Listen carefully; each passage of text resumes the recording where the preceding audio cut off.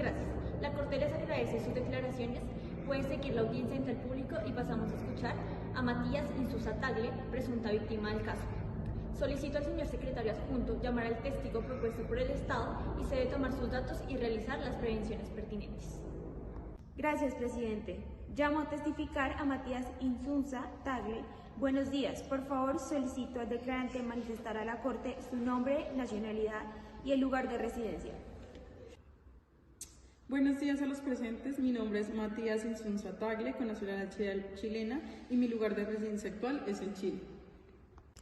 Muchas gracias. El declarante deberá limitarse a contestar clara y precisamente las preguntas que se le formulen. Se informa al señor Matías Insunza Tagle que fue citado para la Corte para declarar sobre la afectación y repercusión profesional y personal que tuvo la prohibición y censura anticipada de la película La Última Tentación de Cristo. ¿Jura declarar solemnemente decir la verdad, toda la verdad y nada más que la verdad? También informa al declarante que, de acuerdo con el artículo 53 del reglamento de la Corte, los estados no podrán enjuiciar a la presunta víctima, a los testigos y a sus representantes o asesores legales, ni ejercer represalias contra ellos o sus familiares a causa de sus declaraciones, dictámenes rendidos o su defensa legal ante la Corte. Eso es todo, gracias. Muchas gracias. Daré la palabra a los representantes del Estado para que procedan con el interrogatorio, solicitando indicar quién hará uso de la palabra. Adelante. Muchas gracias, señor presidente. Mi nombre es Edmundo Vargas Carreño, soy agente del Estado de Chile. Señor presidente, el Estado de Chile no formulará preguntas al señor Matías Insunza Tagle y valora su relato debido a que el gobierno de Chile no comparte la jurisprudencia de la Corte Suprema de Chile y por consiguiente la censura. Muchas gracias a la representación del Estado declarante. Daré la palabra a las representantes de las presuntas víctimas para que procedan con el interrogatorio, solicitando indicar quién hará uso de la palabra. Adelante. Muchas gracias, señor presidente. Soy parte de la Asociación de Abogados por Libertades Públicas, AG, representante de víctimas. Ahora bien, señor Matías, ¿por qué usted afirma que la prohibición y censura anticipada de la película La Última Tentación de Cristo lo afectó directa o indirectamente? Cuando me enteré que se iniciaba en Chile el proceso destinado a prohibir la exhibición de la película mediante un recurso de protección, hubo dos motivos que me llevaron a intervenir. Un motivo fue personal, que era el hecho de que un grupo de abogados pretendía, mediante la interposición de un recurso de protección, impedir el acceso a la información. Y el segundo motivo fue el hecho de haber tenido un cargo estudiantil, ya que la universidad a la cual asistía era pública y tolerante, abierta a distintas ideas y expresiones, lo cual me incentivó a ser parte en el recurso de protección para impedir que se censurara la exhibición de la película. Ahora bien, la sentencia que prohibió la exhibición de la película me causó un perjuicio moral y un daño en cuanto a mi desarrollo intelectual, porque a través de la censura impuesta se me impidió tener acceso a información fundamental para poder formar mi opinión fundada en argumentos sólidos y no en perjuicios. Así que, por mi formación y por ser estudiante de Derecho, necesito tener una opinión fundada en argumentos jurídicos y en argumentos de ciudadano. Se me restringió mi capacidad de desarrollo intelectual para participar en el debate público que se generó. Además, me afectó mi libertad de conciencia mediante la imposibilidad de acceder a la información, así como de pensar de determinada manera y de crear, mantener o modificar mis propias ideas y mis convicciones acerca de un tema. En conclusión, se me privó la posibilidad de crecer intelectualmente y desarrollarme. Pregunto a los señores jueces y las señoras jueces de la Corte si desean formular alguna pregunta. Teniendo en cuenta que no hay preguntas que realizar, puede seguir la audiencia en el público. Muchísimas gracias. A continuación, recibiremos la declaración oral del señor José Salek Daher, abogado especialista en Derechos Humanos. Solicito al secretario adjunto llamar a los peritos propuestos a los representantes, tomar sus datos y realizar las prevenciones pertinentes. Llamo al señor José Salek Daher. Buenos días, por favor solicito al declarante manifestarle a la Corte su nombre, nacionalidad y lugar de residencia. Buenos días a los presentes, mi nombre es José Salek Daher, con nacionalidad chilena y actualmente resido en Chile. Soy abogado especialista en Derechos Humanos. Muchas gracias. El declarante deberá limitarse a contestar clara y expresamente a las preguntas que se le formulen. Se informa al señor José Salek Daher que ha sido citado por la Corte para declarar sobre la afectación y repercusión profesional que tuvo la prohibición y censura anticipada de la película La última tentación de Cristo. También informa al declarante que de acuerdo con el artículo 53 del reglamento de la Corte, los estados no podrán enjuiciar a la presunta víctima, a los testigos y a sus representantes o asesores legales, ni ejercer represalias contra ellos o sus familiares a causa de sus declaraciones, dictámenes rendidos o su defensa legal ante la Corte. Solicito por favor al declarante se ponga de pie para que el señor presidente le tome el juramento de rigor. Todos de pie, por favor. ¿Declara solemnemente que ejercerá sus funciones de perito con todo honor y con toda conciencia? Declaro solemnemente que así sea. El señor perito tiene la posibilidad de presentar antes de ser interrogado por los representantes del Estado una exposición libre de máximo 10 minutos referente al objeto de su declaración. Adelante. La protección de la libertad de expresión en Chile, a la luz del derecho internacional, tiene dos etapas. La primera es anterior a la ratificación de la Convención Americana por el Estado chileno, durante la cual existían en la legislación graves deficiencias respecto de los estándares internacionales.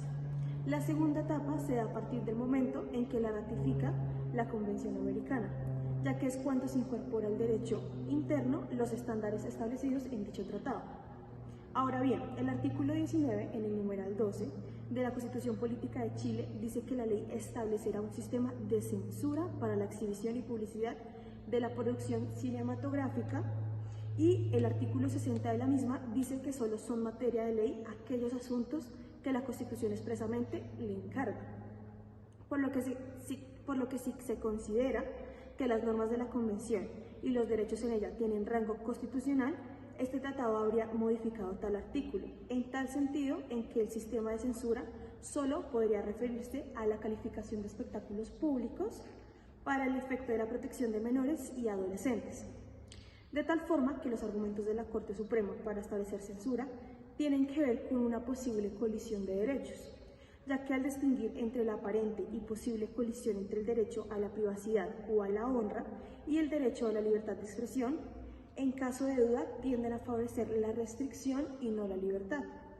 La sentencia de la Corte de Apelación de Santiago del 20 de enero de 1997 estableció que la protección cautelar no es censura, aun cuando se extienda indefinidamente. Opino, respecto de los fundamentos de la decisión de la Corte Suprema de Chile en el presente caso, que éste utilizó indebidamente remedios legales y normas de derecho sustantivo para propósitos para los cuales no están establecidos. En relación con que la Corte Suprema decidió reprimir por blasfemas las expresiones utilizadas en la película, ya que en la opinión de dicha Corte eran chocantes, sin embargo, no pudiendo reprimir dichas expresiones, la Corte Suprema encontró una forma indirecta de hacerlo, la cual violenta el sistema o el sentido racional del conflicto de derecho y de razonamiento judicial, entendiéndose la blasfemia como un vejamen o ridiculización de figuras o creencias religiosas, sin que haya un propósito de reflexión artístico o de contribución a un debate. En cuanto a la libertad de conciencia, en este caso se está hablando de libertad de creencia, de conciencia y de religión en dos sentidos. Uno que coincide con la libertad de expresión y otro que supone la libertad de buscar y recibir información. Igual que como existe la libertad de formarse una opinión o una creencia religiosa y de cambiarla, es instrumental a ella el poder recibir y buscar información.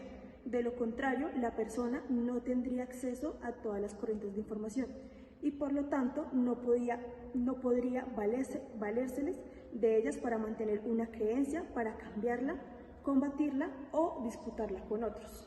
Muchas gracias. Daré la palabra a los representantes de las presuntas víctimas para que procedan con el interrogatorio, solicitando indicar quién hará uso de la palabra. Adelante. Muchas gracias, señor presidente. Mi nombre es Ciro Conbarca, representante de víctimas. Ahora bien, señor José, ¿cree que puede afirmar que el fallo de la Corte Suprema viola el artículo 12 de la Convención? Bueno, en cuanto a la pregunta, considero que sí viola el artículo 12 de la Convención, porque basarse en el derecho de la honra para prohibir la exhibición de la película es una utilización indirecta e indebida de las instituciones en el medio jurídico, pensando para otras situaciones a fin de ajustarse a los sentimientos de la Corte. Al afirmar en la sentencia que la honra se identifica con la capacidad de autodeterminarse de acuerdo con los valores y creencias de la persona, está confundiendo al menos la honra con la libertad de creer, que es la religión. Además, es evidente que la justicia chilena hace caso omiso del derecho internacional. La obligación de garantizar el libre y pleno ejercicio de los derechos consagrados en la Convención está cumplida por Chile al incorporar este tratado de pleno derecho a su derecho interno. Sin embargo, debido a la falta de una interpretación adecuada de este tratado por parte del Poder Judicial, puede entenderse que hay una obligación adicional del Poder Legislativo de garantizar dicha interpretación. Esta se cumplirá mediante legislación interna que señale que el derecho internacional se debe entender incorporado al derecho interno.